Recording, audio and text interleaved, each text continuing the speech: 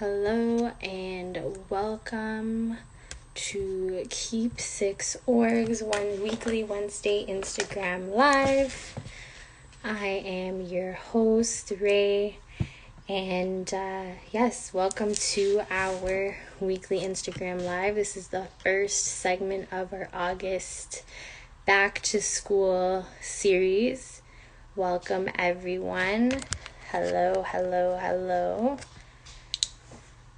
So this being August and everyone thinking about back to school, we have a very special session and segment for this month, really looking at helping our kids and children get ready for back to school season, whether it be homeschooling or going back to school and having those difficult and hard conversations with them, especially with what's been going on currently.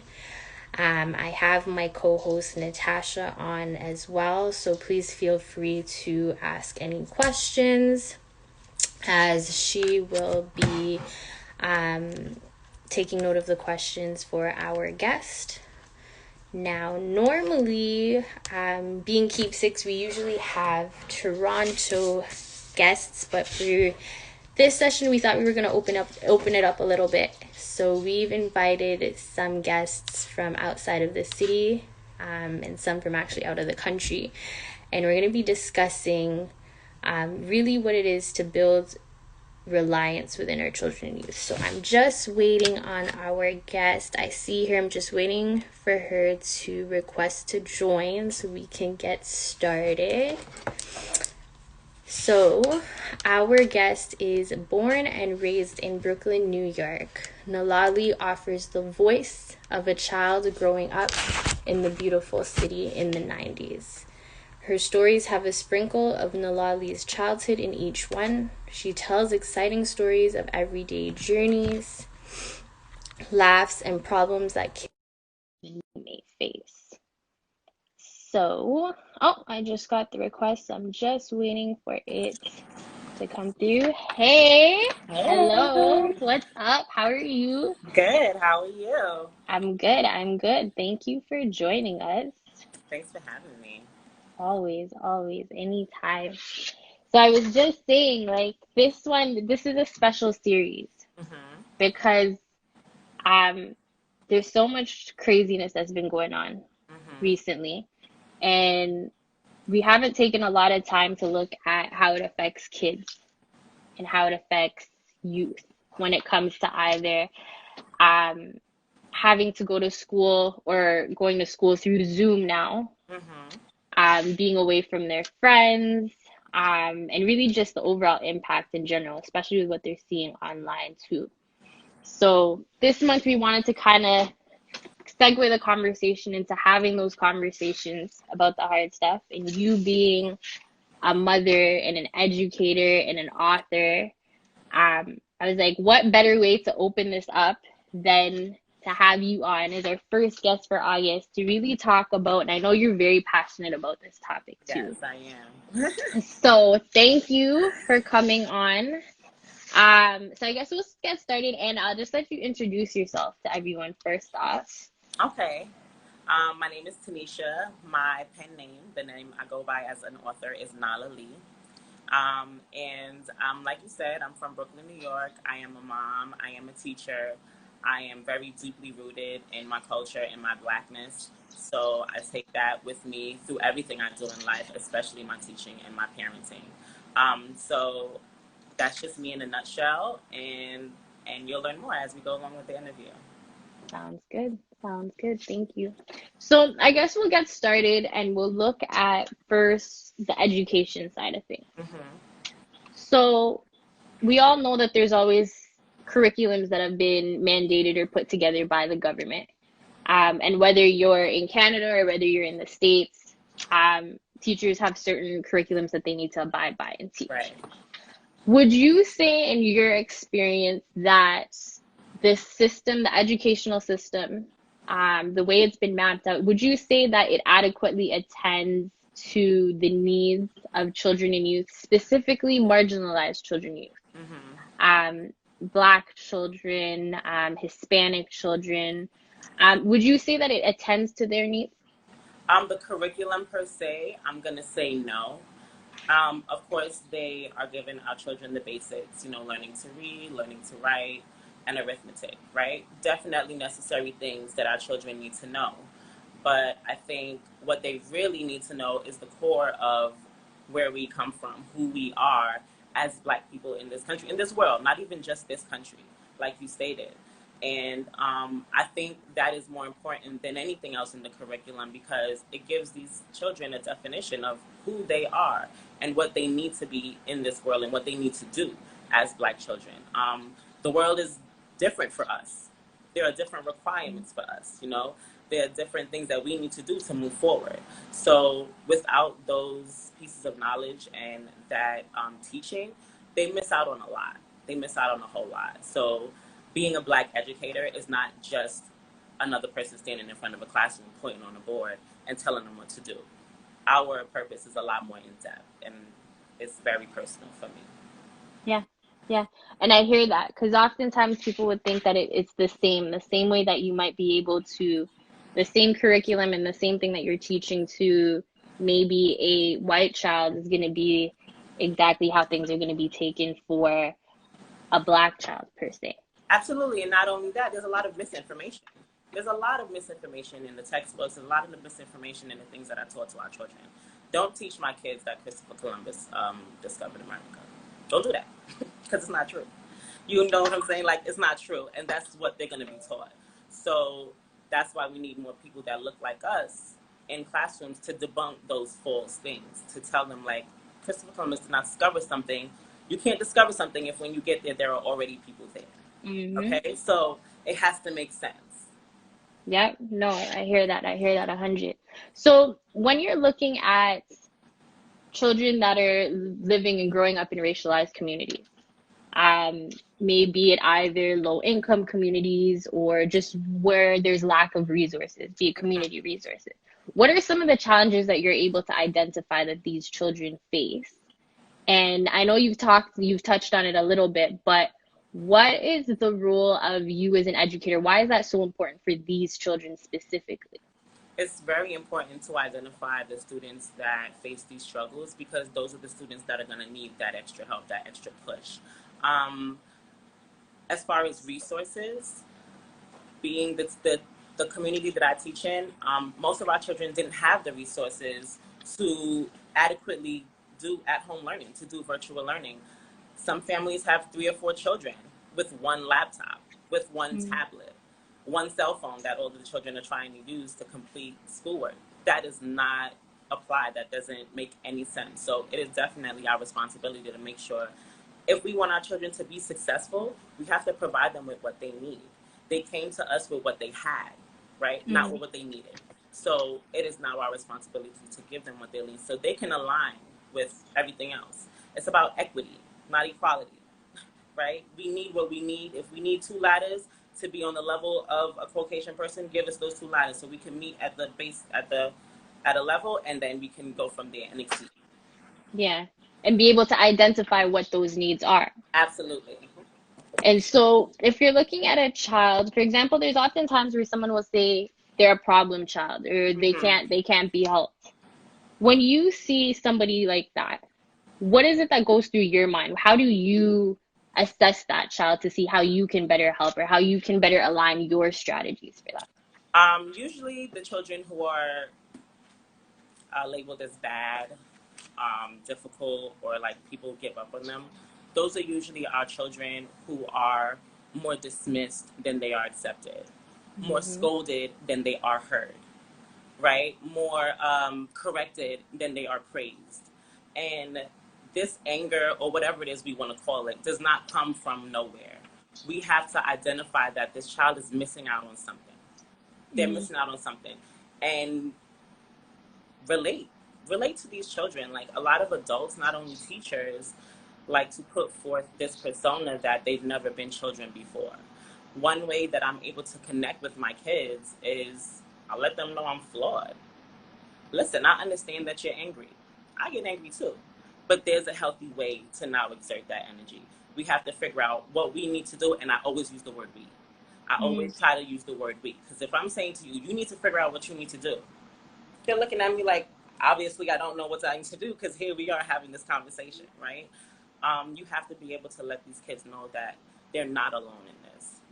If you're going to tell them that they have to figure out tools, you have to now provide them with some tools and help them to now carry those tools out. Yeah, make them feel that they're not alone. And I Absolutely. feel like, especially for those growing up in certain areas where their parents are not home all the time, they're working multiple jobs, their parents might not be home because they might be incarcerated or what have you. Absolutely. They don't know who to turn to. And most children are not going to seek a person out. They don't know Hmm. how to do that. They don't feel safe doing that. They've never felt welcomed enough to do that. So we have to open the doors for them. We have to let them know. And even if they're not willing to speak to you, let them know that they have that window. Let them know that you are present.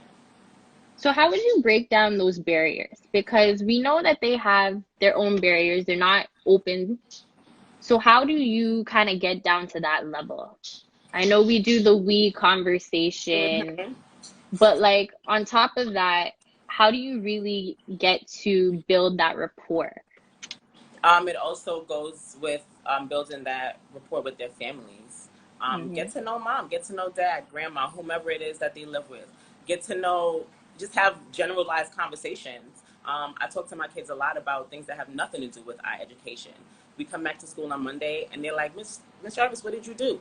Girl, I went to the park, I did this, and I saw this, and it was crazy. Like, I speak to my children so they're comfortable speaking to me. And once Hmm. they have that comfort, once they feel like, oh, I can speak to Miss Jarvis, she's not gonna flip. I might get upset, but they know that if I do get upset, it's not out of judgment, it's Hmm. out of love. And then we're gonna move forward. I'm gonna let you know, all right, I understand this is what you did, but let's talk about how we could do that better. That was not that was bad. You shouldn't have done that. That was stupid. Let's talk about how we can do that better. Hmm. Building that connection, building that Absolutely. relationship, And you showing have them that you care. it's important to build those relationships with the families as well, because families have to be aligned with what's happening in the classroom. Whatever you're doing in the classroom, if you're not communicating that with the families, when children go home, it's lost, right? Hmm. That whatever you've done during the day, it is now lost because they've been set back to whatever it is that they came to school with that morning. Families have to be aligned with teachers. It's a team effort when dealing Hmm. with students. Definitely, it's a team effort. And children are Hmm. not there to be told what to do. They're small people, they're small humans. Yeah. Adults struggle with emotion. Adults struggle with, how to handle certain difficult situations. How are we as adults struggling and expecting children to get it right? No, that's facts. That is facts. I hear that. So I know I know a lot of kids that I work with who have their own sort of grieving processes going through either losing a parent, whether it be to incarceration or gun violence or um, something along those lines. As an educator and as someone who has a child within your care for, let's say, 8 hours of the day, would you say that some of that, not just education, but really kind of helping them to see the best way to walk, do you feel like some of that, you take some of that on as well?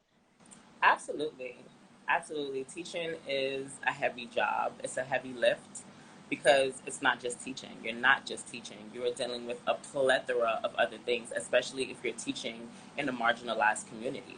Our Hmm. children live with um, parents who may have mental illness. They may have mental illness. There may be abuse in their homes. They may be dealing with lack of resources, like you said, they don't have much money. You know what I'm saying? So there's a lot that these kids come to school with, and we just have to keep that in mind and be so diligent with the way that we handle them.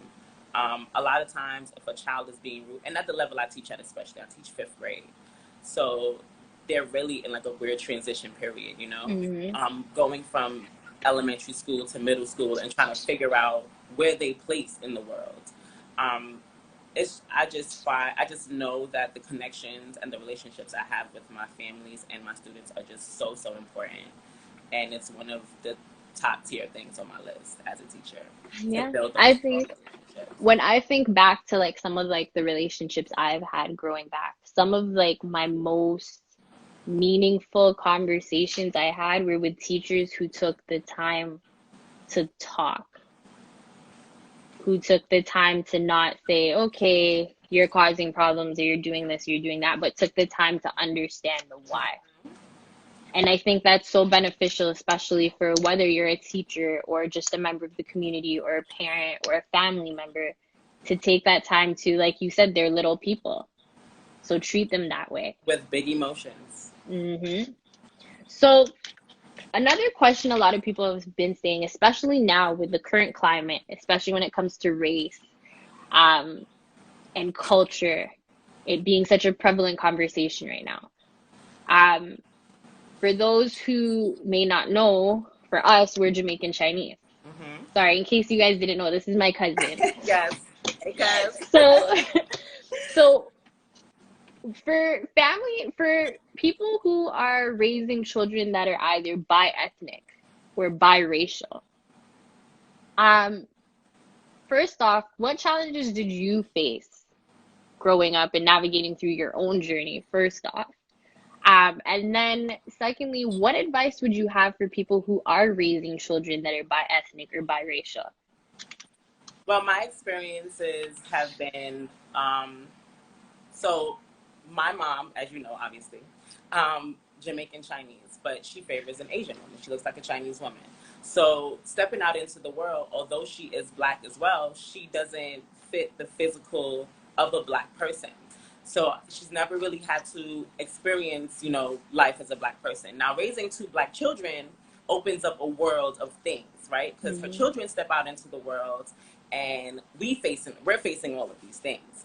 So I've taken that as an opportunity to help educate my mother. There's a lot of things that she just doesn't know about the history of black people in this country, the history of the systemic racism, whether it be in school, in our police department, wherever it may be. These are all things that she's unaware of. And it's my job to now educate her, and I don't mind because she's my mother. And that builds a stronger relationship between her and I. And in addition to that, being Jamaican Chinese, being black and Asian, it helps me to use that privilege in a way to stand up for black culture. I've had people say things to me like they've attributed certain qualities of my physical being to being Asian. Your hair is this way, you look this way, and it's beautiful because of this part of who you are. I'm black. Mm-hmm. My beauty is because I'm black. You understand? Don't downplay my blackness and attribute my beauty to being Asian. Asian people are beautiful as well, but we're not going to put one over the other, right? I'm black first. When I step out into this world, I'm black, and that's what it is. You're not going to tell me I have beautiful hair. Oh, it's because you mixed. No, I'm black and my hair is beautiful, and that's just Mm-hmm. what it is. Yeah, no, big facts. So when you have that conversation, I know like you're having that conversation um from your own standpoint, but what would you say is the what would be the suggestion you would give to someone who's raising a child that is maybe mixed race and may have a darker skin complexion than they do? And that child is in that place of kind of not understanding and Which trying way to to go? Yeah. and struggling. How do you have that conversation, or what does that look like? I would say, as a parent of someone, of a non-black parent of someone who is black, I would say educate yourself.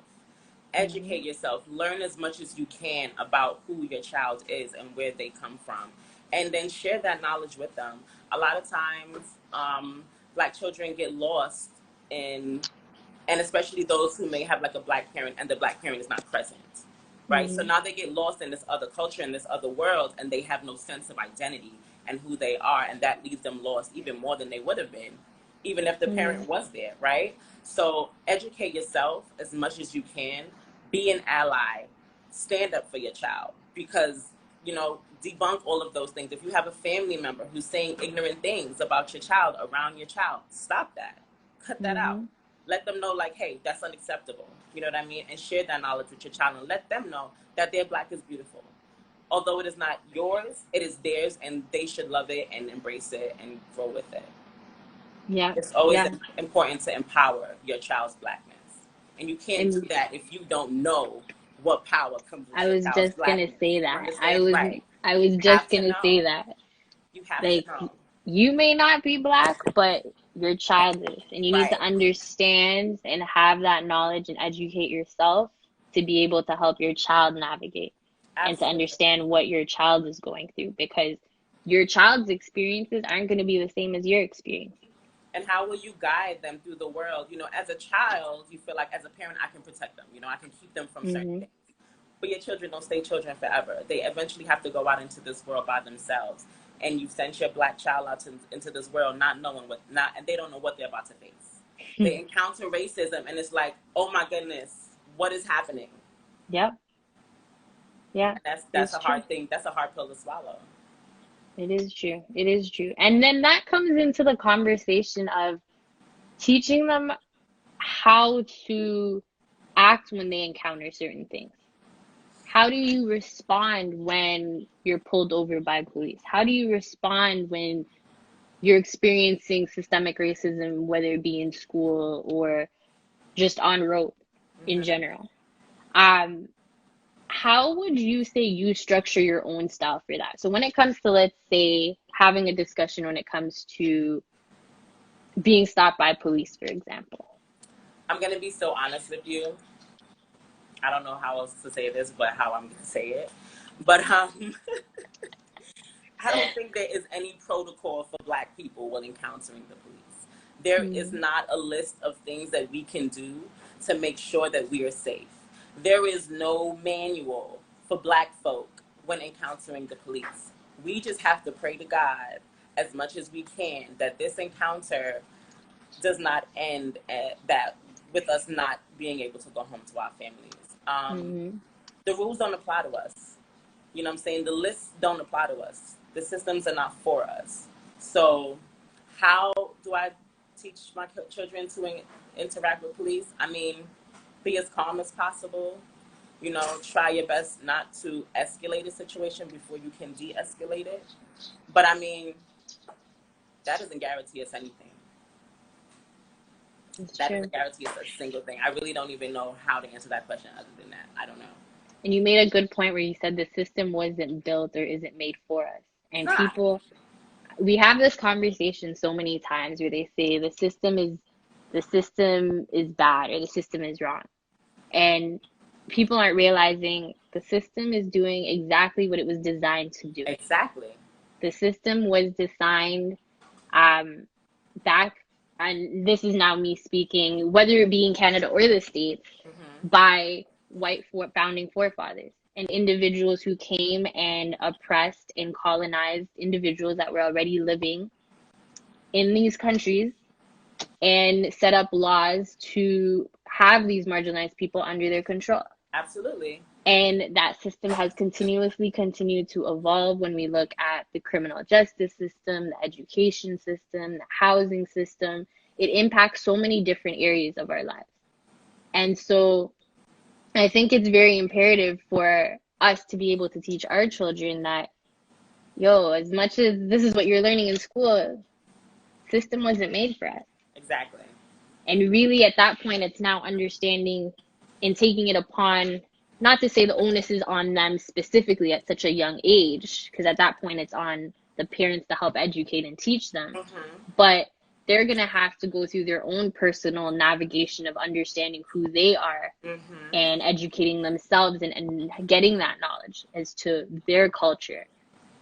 And then they have to decide where they stand in that, right? Are you Mm-hmm. a watcher now or are you a doer? Because to be Black in this country, you really have to decide. You really have to make a choice. Am I going to watch these things happen? Or am I going to now be, effective and Mm, move forward with how we're going to dismantle this system and what we're going to do? Where do I play my role? How do I play a role in this? And there's so many avenues that you can. There's no one thing that everyone has to do to play a part. You know what I'm saying? Even if mm-hmm. your part is just sharing information, do it. Do it the Yeah, best way you can. yeah. No, I hear that. I hear that 100. So, with everything going on right now with COVID, I mean, that's definitely changed how you were able to teach and communicate with your kids. How would you say, what's the impact that you've seen within your kids and your students when it comes to one being able to teach them from an educational standpoint and then from maybe the social or mental standpoint? Like, what are the observations that you've had? It's been really difficult for both my students and myself. I've always provided my students with a very intimate learning setting. My students and I have very personal relationships. So this virtual learning has like just cut that off like Mm, completely. And it's especially difficult for me because I know who my students that struggle are and who actually need me there present to tap them on the shoulder like, hey, I know you might be tired. I know you probably had a rough day, but you got this. Like, sit up for a minute. If you need to go take a walk, I can't do that. I can't give them the push really that I need. And now those are the children who are like coming into class and got the cameras off. Can't even mm, look at me, don't look at me. So it's really, really difficult for me. I know it's extra difficult for them to stay focused. I know it's difficult for their families to keep them focused, especially the ones that have multiple children at home that are all doing virtual learning.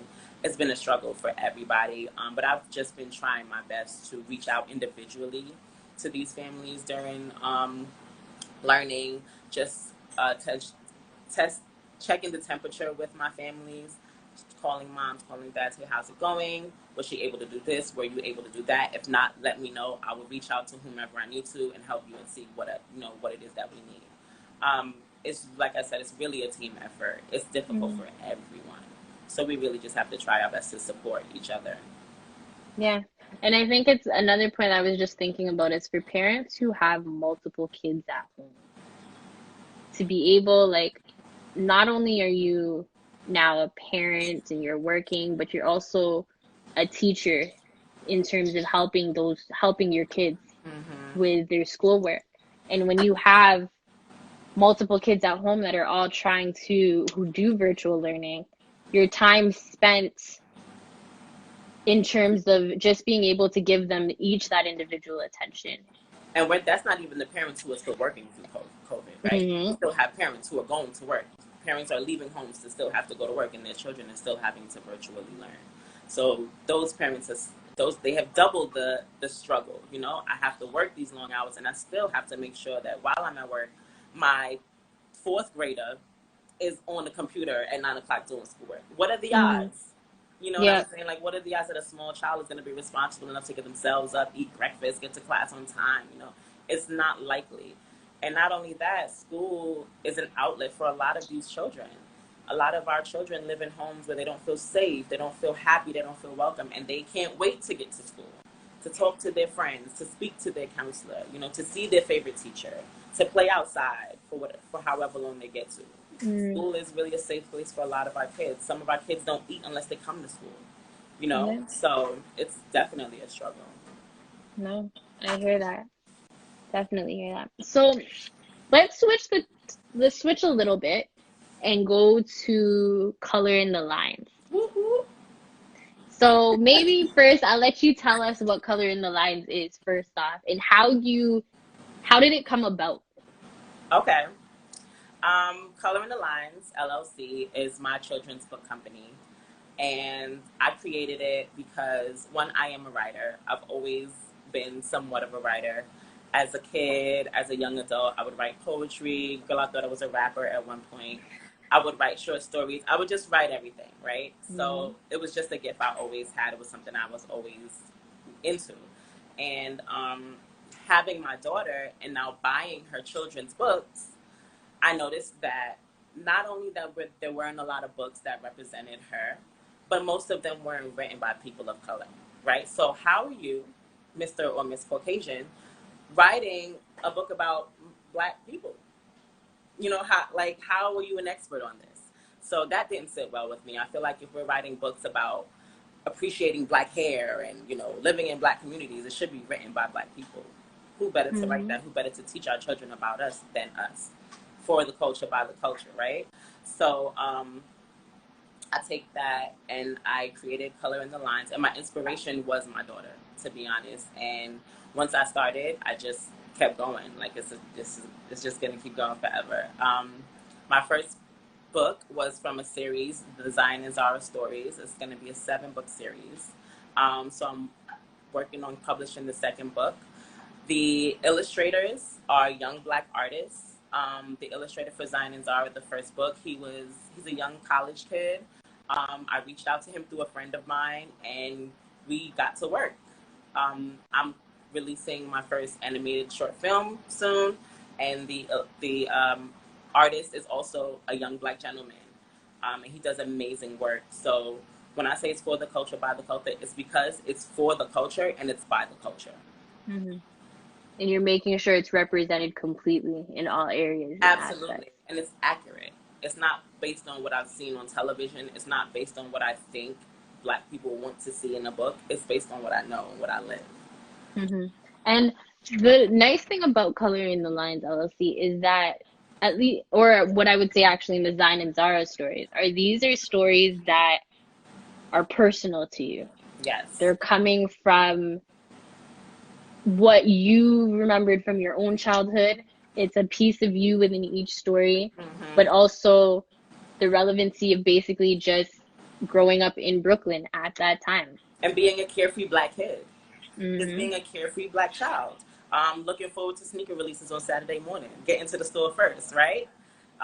Double Dutch contests, things like that. These are the things that my books are based on. Meeting children that you don't know that may be very different from you and live a different lifestyle from you, and learning and accepting people, no matter how different that they may be.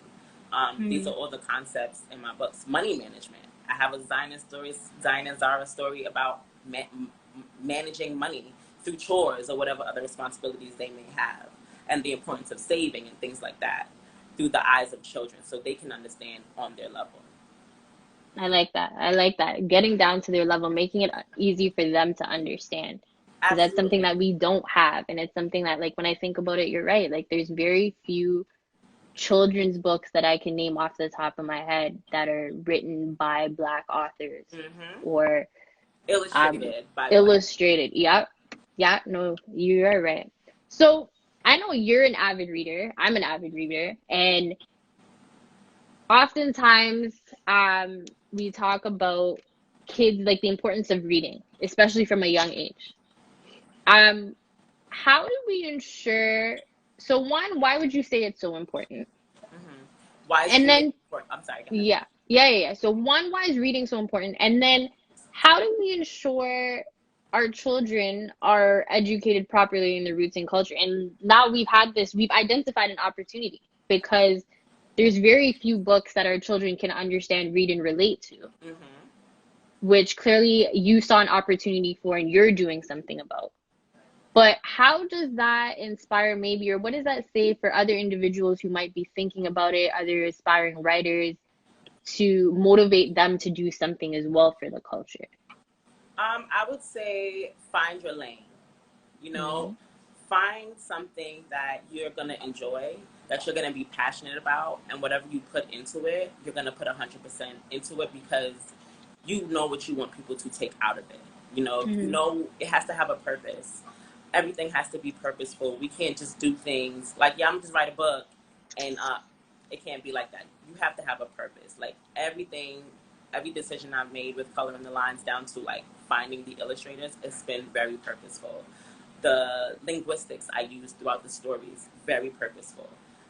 The street names, the house numbers, very purposeful. Like it's that detailed and it's that important to me to make sure that I'm doing these things as I'm writing my book. So to anyone who is feeling like they do want to jump into the field, just know what it is you're passionate about first, right? Take some time, think about it, write it down. And if it's something that you think about every single day, when you wake up and you're going throughout your day and you're thinking about it, and before you go to bed, you're thinking about it, that's Hmm. because God put that inside your brain and inside your mind, and you're supposed to be doing that. So move forward on Hmm. it. Yeah, yeah, no, I feel that. So, what would you say? Where do you see yourself in the future? Um, I mean, coloring the lines is still at its beginning stages, but I have so much more that I want to do with it. Like I said, I'm doing my first short animated film. Zion and Zara will be on a TV screen near you. Okay. In the near, hopefully in the near future. Like that's something I want to create and make into a small children cartoon series. I would love to see it on a screen. Everything I write, I see it as I'm writing it. So it had like, girl, it's coming. It's coming. We're gonna do it. I have We're big waiting plans on to it. color We're in the waiting on lines. it. Absolutely, I have very big plans to color in the lines, and not just because it's something that I want to make money off of. The money's gonna come. It's the purpose behind it and what I really want it to be. And that's the main importance. That's what's important right now, especially with what we see going on right now in the climate. So Absolutely. so I've got a bunch of questions for you, my girl. So first, what's good advice for parents who are homeschooling for the first time? So my first piece of advice is going to be: do not be hard on yourself. Okay? Do not be hard on yourself. You don't need to have a huge classroom setup in your home. It doesn't need to be extravagant. If you take at least, just start off small if you need to. If you need to start with 30 minutes to an hour of, I'm not, whatever age your child may be at, like mine is 3.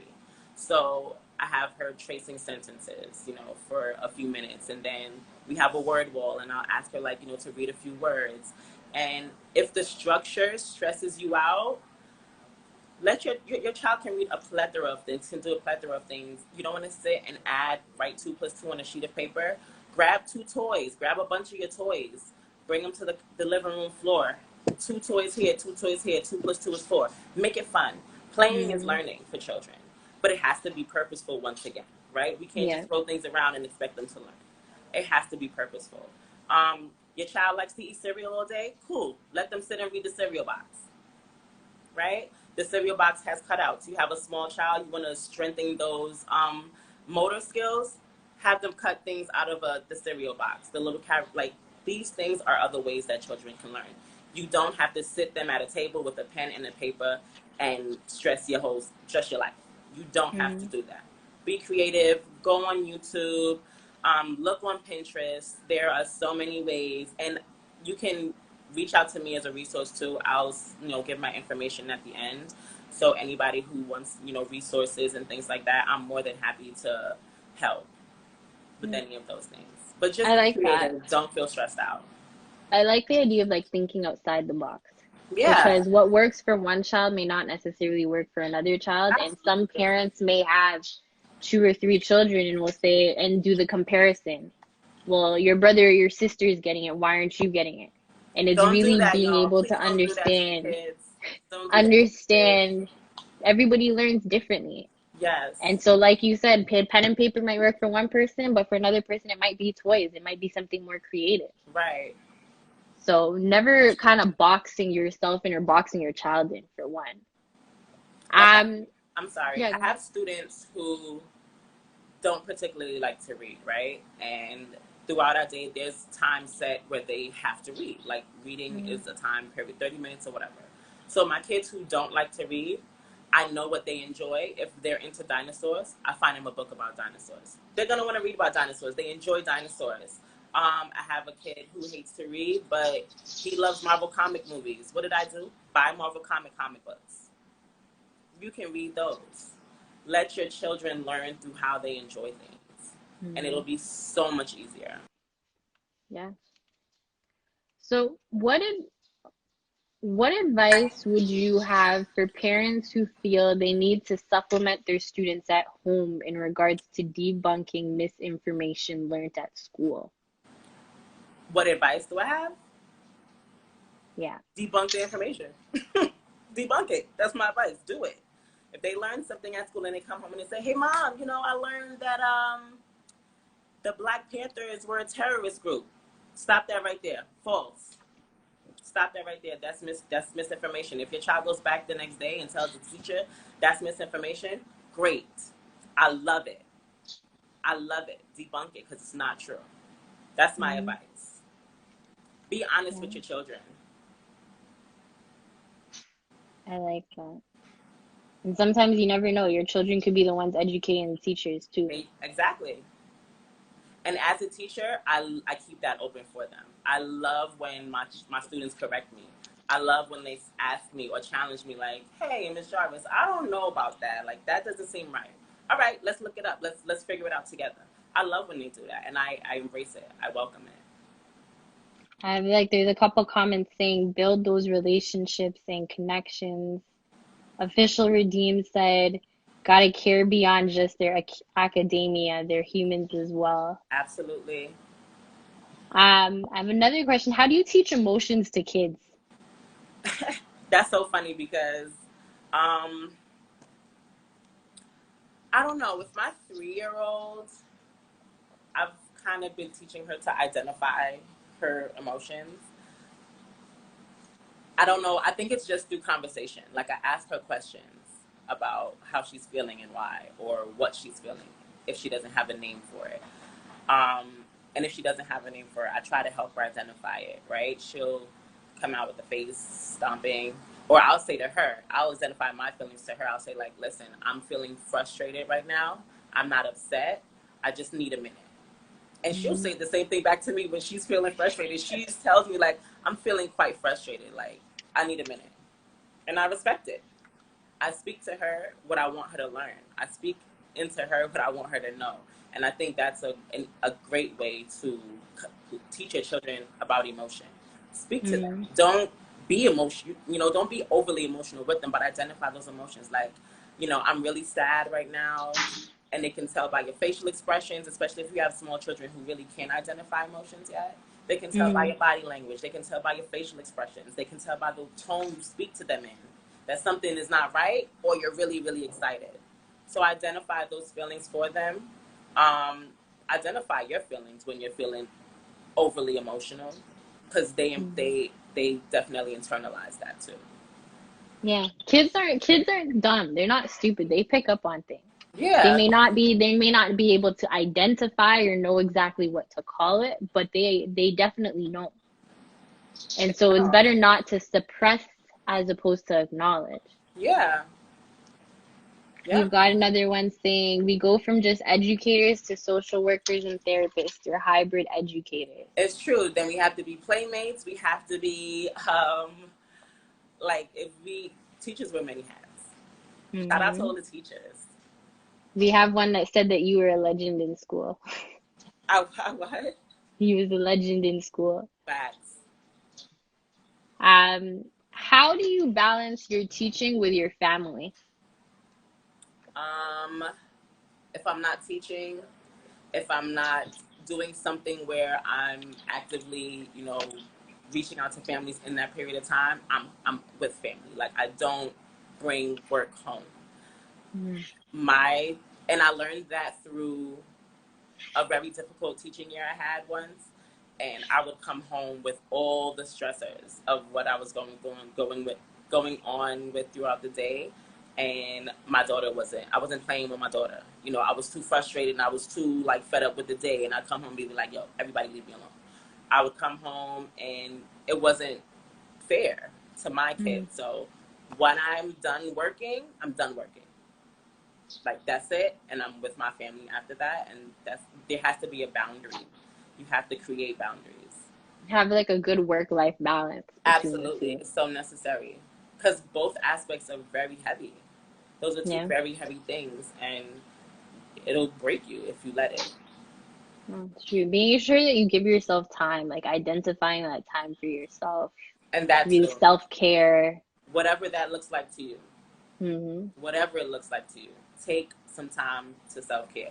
My daughter is 3 years old, and I say to her, baby girl, mommy needs like 15 minutes alone. I give her something productive to do. I give her some, send her somewhere. I need a room. And when I'm ready, I'm going to come back to you. But I do not feel bad about doing that. There are times, like, I'll play with her all day. But then when I'm done, I'm done. Like, now I need some time for myself. And she'll come back and ask, like, oh, mommy, let's play blocks again. Baby girl, give me 20 minutes. We just finished playing this. And then I'll come back and play with you. And she respects it. And she understands it. Yeah. And it's the importance of teaching them from young too. Yeah, exactly. Then they'll learn to respect other people's boundaries. You know what I'm Yeah. saying? You create boundaries at home, they'll learn to respect other people's boundaries. And then they'll also know that people have to respect theirs, right? If I say get out of my face, you gotta get out of my face. I don't want you to talk to me right now. And she understands, like, she'll tell people, just leave me alone right now. And I tell people, leave her alone. Respect her space. No, I No like mommy that. guilt. No mommy guilt. Mommies are people too. So, with the current climate, the racial intensity, all of these different issues prevailing, as a teacher, do you feel individual empowerment is important? Like for each individual student, absolutely. Yeah. Absolutely. It's so important. Um, our kids are not loved on enough. Like, they're not told enough, like, yo, you're fire. Like, you're dope. Like, this is amazing what you do. Mm, Even if they're a student or a child who doesn't do well, if they do something small, you praise it. You did that. You see how well you did that problem? It took you all day to do it, but you did it. And you did it correctly. That's what I'm talking about. They could have gotten one problem right and took all day to do it, but they stuck to it. And they did that. Like, and praise them. I've had students who find themselves, like, on the color wheel, there's red, yellow, green, you know. They find themselves in the red every week, just struggling to get to the green. And if they make it just past that red and the yellow, oh, I'm bringing them, like, a gift. Like, it's a party. We have to praise their small, not every single thing is going to be praised, because don't think you're going to get a pat on your back for doing what you're supposed to do. But I'm definitely Hmm. going to let you know that you're progressing. And I'm definitely let you know that I'm going to give you that empowerment. And it's so important. Like, you don't think about how just the simplest things, the simple acknowledgement can mean so much to somebody. Mm-hmm. And that's why I think it's always important to really acknowledge, but to show them that respect, that level of respect. Yep. We have someone that's saying the fact that there has to be a conversation for Black people with police that is different from white people, and police is exactly why there needs to be a restructuring to the system. Agreed. The Dismantle system was of the system. built. The system was built on slavery and the byproduct of racism. Absolutely. Tristan's asking, because of the climax and the intensity of how issues are prevailing as a teacher, do you feel, oh, he was the one that was asking about the individual empowerment, sorry. Gotcha. Refund the community by defunding the police. What support do Black families feel they are lacking to get through racism with their children? What was the question? What support do Black families feel they're lacking to get through racism with their children? I'm not sure what they mean by that. What support are Black families missing to have the conversation about racism with their children? I mean, I feel like if that's a conversation you want to have with your child, you're going to have it. But once again, you have to educate yourself. You cannot have a conversation like that without the proper knowledge and knowing what you need to know. Um, those conversations are essential, not just for Black families, but for white families as well, families of every race. They need to be aware of racism in this country, because if you're not aware of it, you're ignoring it, right? A lot of people are like, oh, well, it doesn't affect me, so I don't need to. You do. You do need to. Those are the people that say, like, oh, I got a Black friend. Oh, you know, my best friend is Black. My coworkers are Black and I have lunch with them. So what? So what? That does not make you an expert on racism. That does not make you an ally, right? That does not Yeah. make you helpful in this race that we're running, this marathon, right? Yeah, no, and you know what? I was actually having a conversation with someone today, um, in regards to another conversation where they were saying, well, I have Black kids.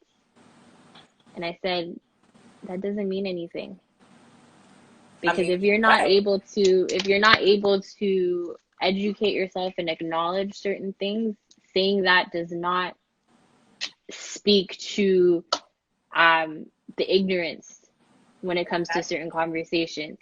All you said with telling me you have Black kids is that you've had a desire to lay with someone that was Black and you procreated someone. That's all you said to me. Science. That's Yeah. it. That was science. Thanks. There's a couple conversations right now about you being a rapper in school. I'm just going through all the comments here. As Someone said they would have smoked you in the cafeteria and let Mr. Stanley judge the battle. first of all, you know, he didn't even want no smoke. He didn't know where he was at the time. But no, there's a lot of people with regards to color in the lines. Where can they, are they still able to get your book? And if so, Yes. where can they get it? Lines in color, colorinthelines.com. That's my website. You guys can visit the website right now. I have the first book up there and our signature pin. His name is Scribbles. So you guys can go on the website. You can see more about me. Yeah, you go ahead and visit the website. I see, as a teacher in the classroom, you may have a mixture of all types of races. Do you feel encouraging all that they are important, and how do we show respect to others? So I do have a classroom.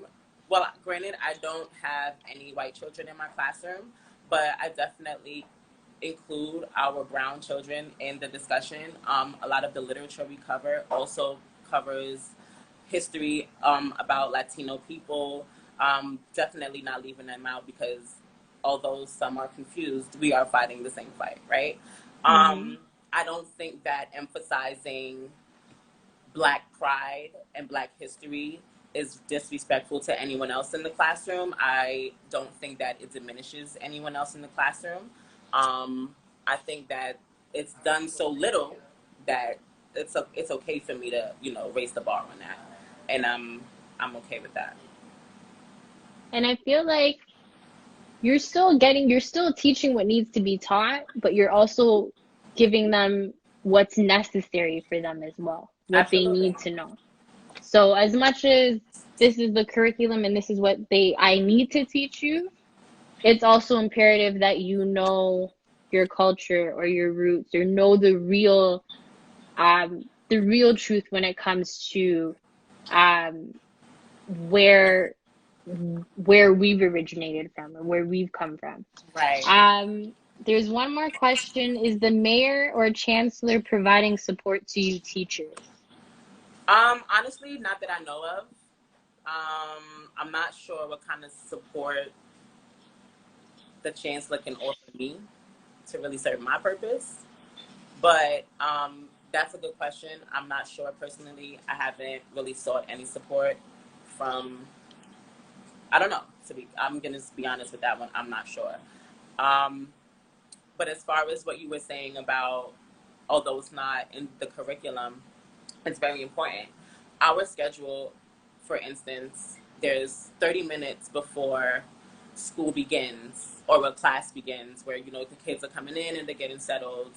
And for that 30 minutes, we're supposed to, like, you know, prep them for the day and tell them, you know, what their day's going to look like, you know, show them their schedule, all of those things. I use those 30 minutes as history lessons every single day. I do not use it for what they tell me to. I use those first 30 minutes to go into a very intense history lesson.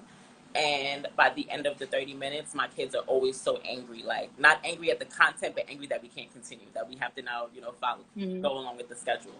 And they appreciate it. So I would advise anyone who is a teacher that works in a strict school setting where you have a strict schedule, find the time. There's always the time. Like, find the time. My kids enjoy our lessons so much that they want to sometimes give up their recess to come back and continue watching the videos that we were watching, to keep learning the things that I was teaching. And I love that about them. It lets me know that what I'm doing it right. I'm doing my job the right way. So they And appreciate I was gonna ask that. I was gonna ask that very same question. Is like, how do you feel? How do you know that you're getting through to them? How do you know that you're making an impact? Kids let you And know how they feel about things. They will tell yeah, you that's whack. They will tell you straight up, like, I ain't like that. That was stupid. So yeah. No, I hear that. I hear that. Well, I mean, you're doing an amazing job, not only as a teacher, but as an author, um, creating your publishing company and all the goals that you have. I know I've been seeing it. For those that are watching, who's been asking, um, again, if you want to just leave like your website or your Instagram where they can find you. Sure. The website is colorinthelines.com. No fancy stuff, just regular colorinthelines.com. My Instagram is writer_mommy, MAMI. You guys can follow me on there. Yeah, on the website, if you have any questions about resources, you have any help, you want any help with, how to structure your learning environment at home, reach out. Reach out to me. I am more than happy to help anybody who needs any help with anything. How to have hard discussions with your children, ask. I don't mind helping you guys. Like, if you need resources, I'm here as a resource. Reach out to your teacher friends, you guys. Reach out to any resources that you have. Utilize your resources because they are there. Yeah. Yeah. And I think it's very important. Sometimes we don't think about that. Think of who can I reach out to? Right. And it's important for parents to know that they're not alone. There's resources available. There's a lot of YouTube. There's a lot of teachers who've gone to YouTube and have been doing things on that platform. There's teachers who've been doing it even on Instagram as well. But reach out to the educators and the friends that you know that are working in that industry, because they have a plethora of knowledge and information that you And can tools share. that we can share. Absolutely. Yeah, no, for sure. So I just want to say thank you, cousin, for joining me. Thank you for having me. This was Um, fun. no, for sure, for sure. I was like, when we were sitting here and we were planning this out, I was like, I have to get Niche on this. Like, I'm like, no, this is a must. So thank you for being on here. For anyone, again, we are gonna post everything on IGTV, and we'll put all of your information on there as well, so you guys can reach out to Tanisha. And Natasha's saying, she's like, we're not alone. This is our You are village, so not let's alone use at it. all. We are all For struggling sure. together, sis. No, facts, facts. So I again thank you so much. And yeah, we're gonna post everything on here, and keep doing what you're doing. Waiting to see that cartoon show, waiting to see Oh, it's the coming. rest of the books that are dropping. And yeah, I will keep you honestly, guys big ups, updated. love, blessings always. Thank you. Love you, cuz. Thank you for I love you everybody. too. Love y'all, All black right. people. Y'all beautiful. Have a good night. Later.